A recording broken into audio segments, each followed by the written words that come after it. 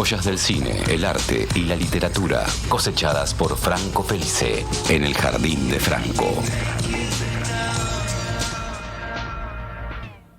El Jardín de Franco, con Franco Felice, estudiante de letras, cinéfilo voraz, lector empedernido y amigo de la casa. Franco, ¿cómo estás? ¿Cuántos adjetivos? Muchas gracias. Te los mereces cada uno, sos eso, y mucho más. Bien, bien, acá andamos. Un día, bueno, decir bien hoy es como... ¿Cómo andás, viste? No, bien, bien.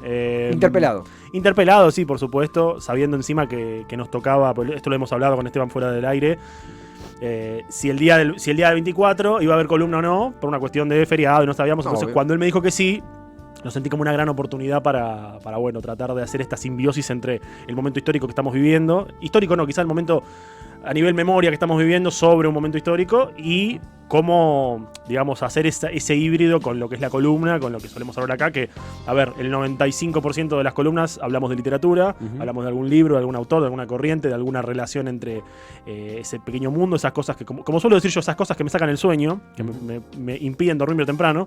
Entonces, bueno, me pareció hoy también adecuado traer un poco a la mesa lo que es la historia en particular. No me gustaría decir que me voy a reducir a hablar de un solo libro, de una sola novela que la tengo acá, que es una novela que me parece que nunca la mencioné en la columna, un autor que sí hemos hablado, pero una novela que nunca mencioné. Usarla como ejemplo quizás, ¿no? Para poder trazar un poco este mapa, esta constelación de lo que es historia, memoria, literatura, de la mejor manera que salga. Sabemos que no soy un experto, pero le voy a poner todo el conocimiento y el empeño y el cariño que tengo. Yo te considero, sí, experto en la persona autor del libro que tenés ahí cerquita, porque ha sido su alumno. Digo. Sí. Bueno, en el caso de hoy, perdón, te interrumpí porque dijiste, hice una conexión rara, perdón. No, me quedaba mencionando a alguien que justamente escuchamos hace un ratito en la radio, y obviamente que en formato audio, ojalá que algún día en entrevista, no me siento preparado, pero ojalá que algún día sí. Martín Coan, y quien autor del libro que tenés allí, ¿verdad? Entre tus manos. Exactamente. Hoy quería hablar de un libro de Martín Coan, que es su última novela al día de la fecha. No último libro publicado, ha publicado libros de cuentos y ensayo más adelante, pero novela, esta es la última, la publicó entre el año 2019 y 2020, no me acuerdo porque salió a fines de 2019, si no me equivoco. Bueno, no importa. No, sí, abril de 2020 se editó. Acá me fijé en la edición. Es una novela llamada Confesión, es una novela, acá muestro la portada. Se difundió bastante. Fue una novela que tuvo muchísima llegada a los lectores, tuvo un gran éxito editorial, lo edita Anagrama, como gran parte de las novelas de Martín y de los trabajos de él. Una novela que ya va por su quinta edición, o sea, ha tenido una acogida muy grande del público, estuvo nominada a varios premios, pero bueno, el tema de los premios y eso me parece que lo que es literatura, correrlo un poco de la mesa. ¿Por qué hablo de él hoy? ¿Por qué hablo de esta novela en particular? Primero porque me gusta y me parece interesante en un día como hoy, como te decía antes, traer a la mesa el tema de la memoria. El tema de la memoria quizás enlazado a la literatura. Y si bien no quiero caer en un facilismo o en una bajada de precio y decir que Martín Coan es un escritor que su tema es la memoria, me parece que es algo que es un área en la que él ha incursionado mucho en su literatura. Y que también escucharlo hablar a él, ya sea en una clase o en una entrevista, siempre que sale el tema de la memoria, de la dictadura y del proceso y de las épocas de lo que fueron los gobiernos de facto argentinos, siempre sale a la mesa. Creo que la gran experiencia, la experiencia máxima de lo que es literatura y memoria es leerlo a él, cuando hablamos obviamente de Coan. La novela Confesión, bueno, son tres historias diferentes, pero no tan diferentes entre sí, que bueno, se van uniendo. Son como tres novelas cortitas que van uniendo una trama con un escenario particular, que en uno es la dictadura y en los otros dos, si bien no ocurren en la dictadura, tienen una injerencia total con cada una de ellas. O sea, ya lo voy a explicar más adelante esto, pero antes quería darle un poco una lustrada, como se dice, para verlo de forma más clara, esto de la literatura y la memoria. En el caso de él, no es la primera vez que Martín y su literatura en una novela incursionan en la memoria. Ya ha pasado en la memoria y en la dictadura, para ser más preciso. Ya ha pasado con una novela que hemos traído acá, que la hemos discutido el año pasado, que es Dos veces junio. Es una novela del año 2002 de él, que para mí es su mejor libro. Se lo recomiendo a todo aquel que no haya leído a Martín Coan. Lea Dos veces junio, que es una novela alucinante, que transcurre en la dictadura.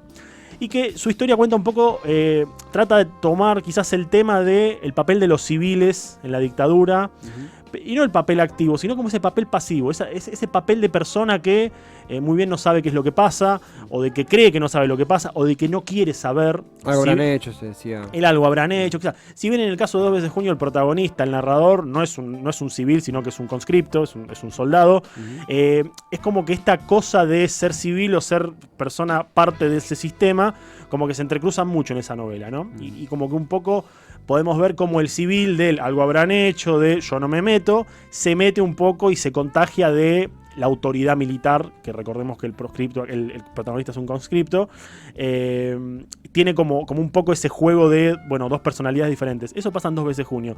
Pero a lo largo de la literatura de Martín ha tocado varias veces el tema de la dictadura, de la memoria. Se lo ha incluso llamado, para mí, de forma insultante, y no solamente insultante, sino también reduccionista y hasta ignorante. Se lo ha llamado, bueno, como un escritor que habla solamente de la dictadura, lo cual es un error garrafal, absolutamente falso. No porque haya tocado en algunas obras de él el tema de la memoria y de los desaparecidos, se lo hay que reducir de esa manera. Y bueno, en Confesiones como que dio de vuelta como que pateó el tablero nuevamente con este tema de la memoria y la dictadura. ¿Querías decir algo? No, me quedaba pensando en esta distinción que haces de lo mal que a veces categorizamos para simplificar la obra de alguien como Cohen.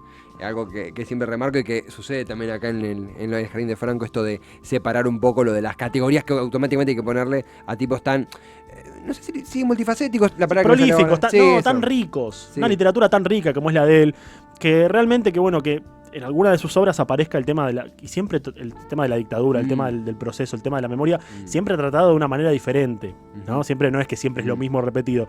En el caso de Confesión, está muy bueno ver cómo de vuelta está este papel quizás de los pequeños personajes que no son parte del entramado de la dictadura o que no son parte del entramado social, pero que aún así tienen una injerencia, y está bueno saber también en estos casos cómo funciona algo que me parece que es como la gran clave del libro, que es la memoria colectiva, ¿no? Porque uno de los grandes temas de la literatura de Cohen es la memoria colectiva, es qué pasaba, por ejemplo, en el caso de la dictadura, qué es lo que tiene que pasar para que en una sociedad, en la sociedad argentina, en los barrios, en la gente de a pie, como se suele decir, se acepte o por lo menos se entienda o se tome como natural que un gobierno de facto está tomando el poder. Que hay gente que está torturando personas, que hay gente que está secuestrando bebés, que hay gente que está tirando desde los aviones al Río de la Plata a militantes. Entonces, como el gran tema es ese, ¿no? De la novela, quizás, o trata de tocar diferentes áreas de la memoria. Como te decía antes, está dividida en 3 secciones, en 3 especies de 3 novelas cortas. La primera transcurre, es quizás la más fuerte, si me permitís decir de qué tratan. Es quizás la más fuerte, es como la más encarnada de las 3 partes de esta novela que te decía. Transcurre en Mercedes, en la década de los años 20, y la narradora es una... Bueno, con el tema del narrador en esta novela es un poco complejo, así que vamos a decir, está protagonizado por una adolescente de unos 13, 14 años que vive en un pueblo de Mercedes, en el pueblo de Mercedes, como te decía antes, y se da cuenta cuando está en su casa que cada vez que pasa un jovencito por la ventana que ella cuenta que jugaba con sus padres y por ahí se quedaba mirando la ventana viendo a sus vecinos pasar, se da cuenta que cada vez que pasa un determinado vecino por ahí caminando, ella empieza a sentir como una especie de despertar físico, ¿no? Como una suerte de estimulación, si se quiere, o de algo que se le enciende por dentro. Entonces se empieza a preocupar y lo consulta con el cura del barrio. Estamos hablando de Confesión. Confesión, de la primera parte de Confesión. Esto igual no es ningún spoiler porque está todo, incluso en la solapa se habla de esto. Lo empieza a consultar con el cura del barrio, el padre Suñé, que bueno, le dice que nada, que hay que alejar las tentaciones, que el pecado, que todo esto, que rice tanto Ave María. Por eso también creo que se llama Confesión en parte, ¿no? Porque comienza la novela con una confesión. Y lo que nos vamos dando cuenta por voz de esta protagonista es que cada vez se intensifica más ese despertar que va teniendo, ¿no? Esa sensación cuando aparece su vecino que pasa por abajo, que ella incluso lo ve en la iglesia o lo ve cuando van a comprar. Y en un momento nos enteramos que ese jovencito es un muchacho llamado Jorge Rafael, que tiene como una suerte de aura que lo cubre de que bueno, va a ser un joven, es un joven, ¿cómo se dice? Prometedor. Sí. Es un muchacho que está haciendo una carrera militar en Buenos Aires, que va viajando, qué sé yo. Todo esto en la década del 20, ¿no? No vamos a decir el apellido porque ya sabemos quién es. Y es muy interesante entender por qué no vamos a decir el apellido y por qué ya sabemos quién es. Porque nos muestra quizás la otra parte. Porque ese muchachito que aparece ahí, no es el teniente Jorge Rafael Videla, es un muchacho que se llama Jorge Rafael Videla, 40 años antes de tomar el poder. Que no sabe, es un adolescente que está haciendo una carrera militar, como tantos en esa época hacían, pero que no está corrido del lugar del dictador. Y eso es para mí es el primer acierto que hace la novela, ¿no? Porque primero, obviamente que no se lo demoniza porque es un adolescente que en la novela en ese momento tiene, no sé, 17 años. Segundo, al no nombrarse tanto su apellido y al dejar que el lector se dé cuenta de quién es ese joven, nos damos cuenta de la construcción social y nos damos cuenta de cómo la memoria va moldeando sus propios héroes y villanos, y cómo en este caso se lo toma como un niño más, como un jovencito que está haciendo carrera militar y que bueno, aparece ahí y está como este personaje, esta mujer, esta niña, que sirve como quizás como hilo conductor de lo que le va pasando, bueno, a Jorge Rafael Videla, vamos a decirlo. Es una pieza impensada de la biografía de Videla, remontarnos a su adolescencia. Y verlo a él como adolescente. Y aparte como adolescente, vamos a decirlo, según la novela, adolescente bien. De adolescente que va a la iglesia todos los domingos, que acompaña a su madre a comprar, que a las ancianas en la calle las ayuda a cruzar la calle, que juega con sus amigos a la pelota, que bueno, cuando no está porque se va a Buenos Aires a hacer el servicio militar, es un joven ejemplar, todo eso, pero que esconde como quizás ese aura ya de persona prometedora, ¿no? Como que aquellos que lo ven y está esa cosa de los adultos de va a llegar lejos, bueno, esto está muy presente en esta primera parte, ¿no? Como decir, miren, este muchachito, el joven Videla, que siempre llegaba a la iglesia y todos lo saludaban, a la familia también, una familia compuesta también por gente de las cúpulas militares, pero más allá de eso, me parece que esta primera parte es como quizá la más intensa y a mi humilde entender la mejor de las tres, así que nada, como que nos da ese primer pantallazo, ¿no?, de lo que va a ser el tratamiento de la memoria y de la dictadura en esta novela. Es impactante esto de, hablando de lo que es no es una crónica claramente, pero lo que es el repaso histórico de una figura, incomoda incluso un poco porque, sí. Digo, más allá del rol del personaje de Jorge Rafael, vos cuando dijiste Mercedes automáticamente remite al lugar donde nació. Exactamente, sí. El dictador.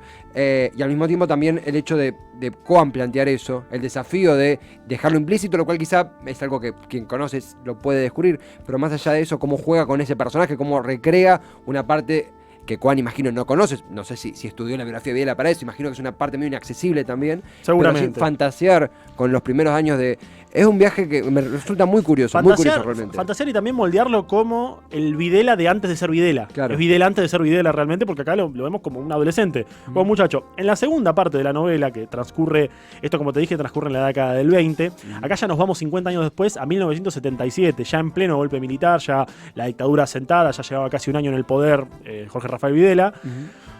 Acá nos corremos un poco de estos escenarios que te decía antes, como Mercedes y el personaje de la niña y todo eso. Acá nos vamos a Aeroparque, en 1977, porque yo esto no lo sabía y lo descubrí leyendo el libro, después lo leí buscando archivos en internet, y es cierto. En febrero de 1977 hubo una fallida operación llamada la Operación Gaviota, que no tuvo demasiada, por no decir nada, de difusión por una cuestión, bueno, me parece obvia en el momento, que fue un atentado contra Videla en Aeroparque, en el cual, como se sabía que Videla iba a viajar en avión hacia el sur, si no me equivoco, me parece que, no recuerdo bien a qué provincia, lo tengo acá en el libro, pero es una provincia del sur, no quiero mandar fruta, pero está acá. Un grupo de jóvenes militantes lleva a cabo un plan muy arriesgado y muy pensado y muy cerebral de, poner una bomba en el avión donde Videla va a partir. Esto acá, en la segunda parte de la novela, se cuenta todo este proceso, estos chicos que se juntan, son adolescentes la mayoría, se juntan en un búnker, todo obviamente de manera clandestina, recordemos que estamos en plena dictadura, se juntan a ver planos y a ver por dónde, no sé, por ejemplo, están viendo los planos de la ciudad de Buenos Aires, cómo hacer para ir por abajo, por donde están las cañerías, en un gomón para llegar a Aeroparque y hacer todo el recorrido de los barrios para que no nos vean. O sea, es toda una tarea cerebral. Una tarea cerebral para llevar a cabo este atentado, la Operación Gaviota, que finalmente falla. Bueno, obviamente falla porque si no la historia sería otra, ¿no? Pero falla, y aquí cuenta cómo lo van armando y cómo al final, por un imperfecto que tuvieron entre ellos, un mal cálculo de la distancia, de la fuerza, del tiempo, de la ubicación de los explosivos, cómo resulta que, el plan falla, Videla apenas se entera. De hecho, Videla, al terminar el capítulo se cuenta, ¿no?, cómo Videla ni siquiera se da cuenta, llega a esta provincia, habla con el gobernador, le dice sí, vamos a invertir en, no sé, infraestructura para tal cosa, y vuelve sin ningún problema. De hecho, el capítulo creo que termina diciendo, el dictador volvió en un vuelo sin mayores complicaciones. ¿No? También esta segunda parte, estamos hablando de Confesiones. Confesión de Martín Coban. Respecto a la Operación Gaviota, hay algo apasionante que son no me sale decir ucronía. En un momento cuando arrancó pensé, sí, está bien mencionado. Esto de fantasear con qué hubiera pasado si. Sí, en la literatura se lo llama como what if. En la literatura y en los cómics se habla como del what if. ¿Qué pasaría si? ¿Qué tal si? Efectivamente. La conexión también que a ver, encontramos por un lado el surgimiento, la muerte, el intento de asesinato. Lo que uno encuentra son miradas alternativas a la dictadura. Mirá, no, suena raro eso. Perspectivas diferentes a lo que quizá primero vemos cuando abordamos la dictadura. Episodios como aislados y casi que extraviados de la misma. Perspectivas diferentes, es cierto. Y en el caso de la literatura de Martín, por lo menos yo encuentro perspectivas siempre desde lo social. Sí. Perspectivas que escapan quizás a la primera impresión que uno tiene cuando habla de dictadura, cuando habla de proceso, que uno piensa en generales hombres con traje y muchas medallas y esos sombreros. No, acá es como que, por lo menos en la literatura de él, que como decía antes, la literatura del proceso es súper amplia. Yo realmente me quemé mucho la cabeza pensando qué obra traer, qué obra traer a discusión. Elegí esta primero porque es uno de mis autores favoritos, segundo porque es uno de los libros que más me gustaron en los últimos años, realmente se lo recomiendo a todo el mundo. Tercero porque, nada, me lo firmó, o sea, por eso me gustó mucho también.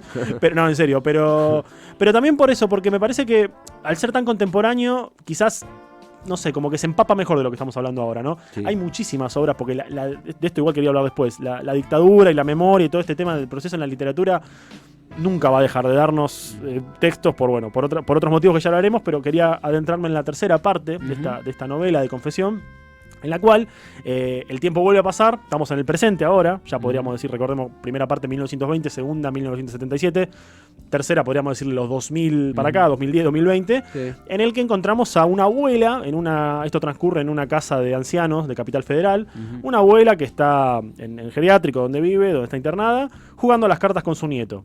Y bueno, están jugando al truco, van hablando de la familia, van contando historias del padre, de que bueno, la abuela le cuenta al niño, no, tu padre hacía esto, tu padre hacía lo otro, me acuerdo de tu tía, de tu abuela, qué sé yo. Y ahí nos damos cuenta, cuando el muchacho la menciona a su abuela, que le dice abuela Mirta, que es el nombre de su abuela justamente, ahí nos damos cuenta que esta señora, esta Mirta, esta mujer que está en el asilo de ancianos, es la niña del primer episodio, es la niña de la primera parte, la niña que miraba a Videla, a Jorge Rafael, antes de que como objeto sea quien sea. De deseo. Exactamente, como un objeto de deseo, como quizás no tanto como un objeto de deseo, sino como algo que le dispara a ella una sensación que desconoce porque tiene 12 años. Claro. 12, 13 años es muy chica. Claro. Entonces nos damos cuenta que es esta abuela. Y también a medida que va jugándose, porque todo este capítulo transcurre en medio de un juego de cartas, mientras ellos van cortando. De hecho, todo el capítulo está narrado como justamente es un partido de póker. No sé, ellos están hablando y bueno, envido, truco. Bueno, truco, no al póker, perdón. Están hablando, qué sé yo. Y bueno, nos damos cuenta también de que el padre de este chico, el padre del cual su abuela le habla, estuvo involucrado en la Operación Gaviota. Fue uno de los que participó. No voy a decir si sobrevivió o no, porque algo pasa después que esto mismo lo cuenta la abuela. Y ahí también hay un trabajo como de confesión, ¿no? Porque la abuela también ahí le está confesando muchas cosas de su historia al nieto que él no sabía.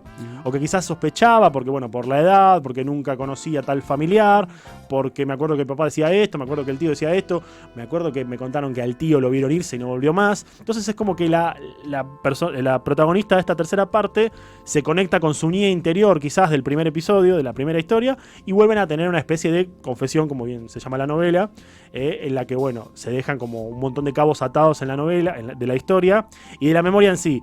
Una novela que me gustaría quizás decir, no sé si es la mejor que leí de él, pero tranquilamente entre los 3 mejores libros de Martín Coban lo encuentro. Es una novela muy buena, muy intensa, con un tratamiento no sé, del sentimiento. Es alucinante. ¿Viste cuando es tan buena que no sabes qué decir? O sea, me quedé sin adjetivos. Así como te cargo a vos que te digo, no, los adjetivos me los sacaste todos. Es realmente un libro que es para aplaudirlo. Se refiere, Franco, a confesiones. Confesión, perdón. Singular, sí. Hubo confesiones dentro de Confesión. Dentro de Confesión, exactamente. Que es el libro autoría de Martín Coban. Yo, cuando me mencionaba esto de que Martín Coan camina los mismos pasillos que vos en la facultad, digo, no es hermano porque imagino que hay una conexión, una especie de influencia, pongamos, bueno, fue tu profesor. Sí, este año es de vuelta. De una persona tan interesante, quizá, lo charlamos también fuera de micrófono, lo pasamos aquí al aire, para consumir en su intervención ante el negacionista Lo Pérfido, cuando hablaban de la cifra de los 30.000, la cual se ha viralizado. Bueno, esa viralización que es completamente válida y reivindicamos. Este laburo, imagino, permite profundizarla y conocer los huesos de ese pensamiento de Coan. Exactamente, porque hace también un poco ese trabajo que trataba de mencionar antes, que lo adelantaba, ¿no? De lo que, en el caso de Martín, o en el caso de la columna, que quizás nos reducimos al ámbito de la literatura, podemos hablar de cine, de música, pero en este caso nos centramos en la literatura, creo que se entiende muy bien acá leyendo esta novela, por ejemplo, leyendo otras novelas de él y también leyendo a muchísimos otros autores argentinos, todo lo que la dictadura o todo lo que el proceso y todo lo que el ejercicio de la memoria y los desaparecidos y de todo el horror que se vivió sirven como quizás una especie, no, sirven no porque me parece que está mal dicho, han funcionado como una suerte de telón, de escenario para contar un montón de historias, porque como te he dicho en otras ocasiones, a veces la ficción es la mejor forma de entender la realidad y de mantener viva la memoria, ¿no? También, porque uno a veces lee y está leyendo, no sé, Confesión, y lee una buena historia, dice qué buena novela, dice, che, me gustó esto, me gustó lo otro, pero también entender un poco lo que está un poco más allá de la superficie, ir un poco más profundamente al más allá y entender por qué es tan importante mantener la memoria y que la literatura nos puede ayudar, ¿no? Darle como quizás, si bien la literatura no tiene ningún papel en nuestras vidas, en el sentido de decir, la literatura no nos tiene que ayudar a nosotros, la literatura no está para hacernos sentir bien, está bueno cuando la ficción toma elementos de la vida real y en algo que a nosotros, por lo menos que somos argentinos y que somos jóvenes, y que estamos hablando de algo que no fue hace 150 años. De hecho, muchísimos protagonistas nefastos de esa época están vivos. Sí. Hay gente que todavía puede dar testimonios. Todos tenemos un familiar que nos ha contado algo. O sea, no estamos hablando del siglo pasado, hace 200 años. No, es una historia que ha dejado una herida que, bueno, que no cierra y que al parecer no va a cerrar nunca, pero que esa herida no cierre también tiene que ver con el tratamiento que nosotros hacemos con el recuerdo, con el respeto y con la memoria, con la verdad, con la justicia y bueno, con el eslogan del día en sí, ¿no? Total. Pero en este caso, como reduciéndolo un poco más a la gracia de esta columna, me parece que la literatura muchas veces nos ayuda a entender lo que fue ese horror, desde diferentes perspectivas. Sí, sí. Podemos leer una novela de Osvaldo Soriano y entenderlo desde un lugar. Podemos leer la novela de Martín Coan y entenderlo desde otro. Podemos leer a Rodolfo Walsh y entenderlo quizás como una denuncia más encarnizada de lo que fue el poder. O bueno, sin mencionar su carta abierta a la Junta Militar. Y un montón de autores. Ahora, hablando de dictadura y Argentina, se me ocurren esos tres. Pero hay cientos, hay muchísimos. La mayoría son todos muy talentosos. Y sirven un poco para refrescar y para dejar en claro para generaciones y para gente que lo vivió lo que fue todo esto, ¿no? Desde el punto de la dictadura, del lado de la dictadura, de aquellos silencios, de aquellas intervenciones y de aquellas maneras de contarlo, como en el caso de Coan. Yo te decía, bueno, él se fija más quizás en la memoria colectiva, ¿no? No se centra en la figura del tirano, no se centra en la figura de lo que ocurría puertas adentro en la Casa Rosada. No. Quizás la dictadura, en estos libros de él, la dictadura es como lo que ocurre atrás. Y la historia es lo que cuenta, la historia justamente cuenta lo que pasa adelante. Lo que nosotros vemos, lo que pudimos ver, lo que la gente que se levantaba e iba a trabajar veía. Que quizás a veces amparados en cierta ignorancia, no lo digo despectivamente, hablo como desconocimiento. No sabía quizás lo que pasaba, sí. o prefería no saber, sí. O un montón de características que como que moldearon a una suerte de prototipo de argentino durante muchos años, sí. Que al día de hoy siguen muchos esos prototipos de, no sé. No involucrarse. Sí. Yo no había nacido, a mí no me pasó nada, yo no conozco a nadie. Un poco como que ese molde que se creó para ciertas personas, ciertos personajes que al día de hoy siguen apareciendo, funcionan en este telón de esta literatura, ¿no? Total. De por lo menos en el caso de Martín y Confesión o 2 veces junio, de lo que pasa alrededor. Gente que por ahí, en una parte de la narración, gente que por ahí sale a comprar y cuenta que no sé, que escuchó gritos o que escuchó bombas o algo y sigue yendo a comprar y va a la casa y abraza a los hijos y se va a dormir. Pero ¿qué pasó? ¿Por qué explotó eso? Ahí está lo interesante, lo microscópico de la obra, ¿no? Así que nada, realmente pensé mucho en cómo hacer esta columna porque es súper extenso, se podrían hablar horas, traté de reducirlo lo más pequeño que pude, pero seguramente han quedado muchas cosas afuera, pero es también una invitación, como siempre decimos, a leer y a buscar diferentes tipos de literatura que nos gusten, desde cualquier género, desde cualquier ámbito. Hay muchísimo para leer, hay mucho para mantener la memoria despierta gracias a los libros. Y bueno, mi humilde contribución es esta novela de Martín. Y, a ver, la columna, un poco me contaste cómo la estabas craneando. Realmente uno sabe que cuando venís, incluso en historias tan fuertes y tan interpeladores, uno se lleva muchas semillas con las cuales laburar. También Cohen, imagino, porque no conozco el proceso creativo que llevó a cabo, pero imagino, al posicionarse y decidir iniciar una historia relatando, está bien, desde un testigo de la misma, la adolescencia del peor genocida que ha concebido la Argentina, y lograr un laburo, por lo que te escucho, en donde la bajada de línea no es necesaria, me explico, porque no subestima al lector. Creo que es una pieza que, digo, nadie va a decir, Juan se animó a retratar a Videla adolescente, ¿acaso? No. Nadie se animaría a cruzar, porque creo que los que consumen acá, los que caminan con Cohen, saben quién es Cohen, pero más allá de eso, porque, es más, lo formulo como pregunta, cada vez imagino, dudo, me pregunto si hay menos subestimación del público y si nos animamos a atravesar estas historias desde estos costados alternativos, porque justamente lo que hacen no es limitar la mirada a una alternativa de la misma, sino enriquecer, más viniendo de Cohen, más conociendo y hablando permanentemente de Cohen. No sé si vos lo sentís así. Sí, siento que quizás hay como una especie de, bueno, vamos a verlo desde otro lado, no tomar otra posición, claro, sino narrarlo desde otro lado. Manteniendo su ideología de Cohen, que todos la conocemos. Exactamente, sí. Pero más allá de que sea solamente Cohen, podemos hablar, como te dije antes, hoy traje este libro un ejemplo, pero de cualquier otro autor, decir, bueno, verlo desde otra perspectiva, verlo desde la perspectiva del vecino, verlo sí. De hecho, sin ir más lejos, y volviendo a hablar de él, en uno de los últimos libros que edita él, que edita Martín, que se llama Me Acuerdo, que es una suerte de libro de memorias, son memorias separadas en una especie, son como viñetas sueltas. Él narra su infancia, parte de su adolescencia, y cuando él llega a la parte de la dictadura, cuando llega al 76, que en ningún momento, que eso sí lo deduce el lector, porque en ningún momento dice, abrís una página y dice capítulo 4, 1900, no. Él está narrando desde que es bebé y se hace caca encima, hasta que empieza a ir al jardín, hasta que le pasa esto, le pasa lo otro, hasta que en un momento dice, no sé, volvía del colegio, mis papás estaban preocupados. Siguiente viñeta. No sé, su amigo Jorge no había vuelto. Siguiente viñeta. A Jorge lo agarraron y lo raparon. Le dijeron que la próxima lo matan. Esas pequeñas semillas que va dejando él en el texto, en este caso en Me Acuerdo se llama, sirven también como ejercicio de memoria. Porque él no solamente está contando lo que de verdad pasó, que empieza con un golpe militar, que el proceso y la dictadura y el secuestro, sino que cuenta cómo lo ve un niño. Un niño que en ese momento, cuando la dictadura estalla, Martín tiene, no sé, 7 años. En este libro, en Me Acuerdo, está muy claro, porque él explica cómo un niño entiende eso. Él era llegar del jardín, escuchar que los papás decían eso, y decía, uy, qué raro, y se iba a ver la tele, o se iba a leer la Villiquen. Esto lo cuenta él, esto es su vida real. Y así con un montón de cosas, ¿no? De lo que tiene que ver con... Es muy loco porque este libro, Me Acuerdo, funciona claramente como ejercicio de la memoria, ¿no? Porque quizás hay datos inconexos o hay datos que vos decís, bueno, pero acá me perdí una parte, pero es lo que él recuerda. Él de hecho dice muchas veces, yo lo escuché en una entrevista decir que cuando él escribía el Me Acuerdo era como agarrar recuerdos que están en una repisa y ponerlos sueltos, que por ahí, no sé, un cuadro no coincide con el de al lado, pero están ahí, son cosas que se acuerda. Y en estos recuerdos entra la dictadura porque lo atraviesa él en un momento cronológico de su vida.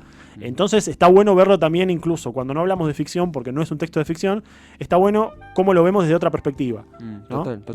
Esto de la dictadura, de cómo lo ve en este caso un niño de 7 años, cómo entiende acá en la novela, en Confesión, por ahí, otro tipo de personaje, pero siempre con ese telón oscuro de fondo. Franco, gracias totales por haber estado en otro jueves del Jardín de Franco. A ustedes.